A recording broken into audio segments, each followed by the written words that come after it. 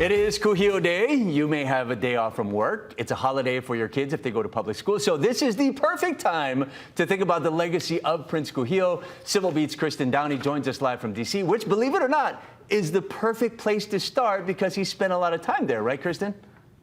That's exactly right. Although if the monarchy had survived, Prince Kūhiō would likely have been our king in Hawaii and had almost his whole life in Hawaii. Because of the overthrow and because of the need to react to the reality that was forced on him by the overthrow, he became instead a 10-term U.S. congressman representing Hawaii and spent 20 years here in D.C., where I am today. Yeah, and that isn't to say that he forgot where he came from, right? You say in the article, quote, he did more to shape modern Hawaiian history than any other person. So let's start from the beginning. That starts with his lineage. What do we know about his bloodline?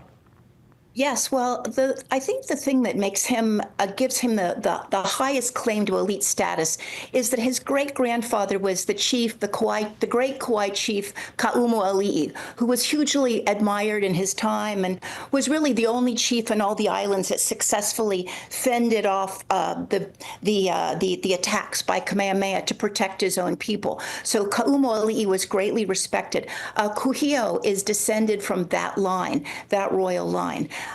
His aunt was Kapiolani, Queen Kapiolani, who married King Kalakaua of the Kamehameha line. And so he became an heir to the Hawaiian throne as a result of both of these lineages. And in fact, if the monarchy had not been overthrown, there's a very good chance he would have been Hawaii's king. Yeah, and you go into depth in the article about Kapiolani's influence on him, specifically because his parents died earlier. Now, this morning does focus on the early ages, but how about this, just general impact? I mean, he did so much for Hawaii. What do we need to remember? Well, the main thing is, in the face of a tragedy like the overthrow of the monarchy, many people would have cowered, gone into retreat, angry retreat, and instead he got his dukes up and realized he needed to confront this situation directly. He became a U.S. congressman. He was elected a U.S. congressman. He was sent to Washington. Although he was a congressman, he was representing a place that was a territory, so he didn't have a full vote. That meant that he had to do everything with persuasion. Now, here are the many things that he did. We could go on, but just to hit some of the high points, he really laid the groundwork for Hawaii to be not just a territory, but a state. And of course, that's meant a huge amount of resources to us that have not gone to other places that are not states. He believed that Pearl Harbor was at risk of invasion from Asia at some point, and he pushed for the fortification of Pearl Harbor, which has had some good results and also has had some controversial results in terms of making us possibly a target in the future.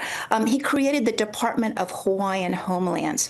And this is very important because the Hawaiians were dying out. They needed places that they could live and have security in their own home nation. And the Hawaiian Homelands program has given many thousands of Hawaiians a foothold in the islands that they wouldn't have had without that. And in addition, he also laid the groundwork for us to have even local government at all. As we were a territory, essentially a colony of the United States, there was no need to give us local government. So he fought for legislation that gave us the creation of our local governments, which allowed us to elect our own mayors, elect our own city council, and to have some control, more direct control over our own destinies than we would have otherwise have had. Yeah, a lot to think about. Maybe you didn't know, maybe you forgot, but again, this is the perfect day to think about this, as many of us are enjoying the day off. So, Kirstin, thank you for this. You can read the full article on civilbeat.org or text 66866 to get their newsletter. Kirstin, thank you.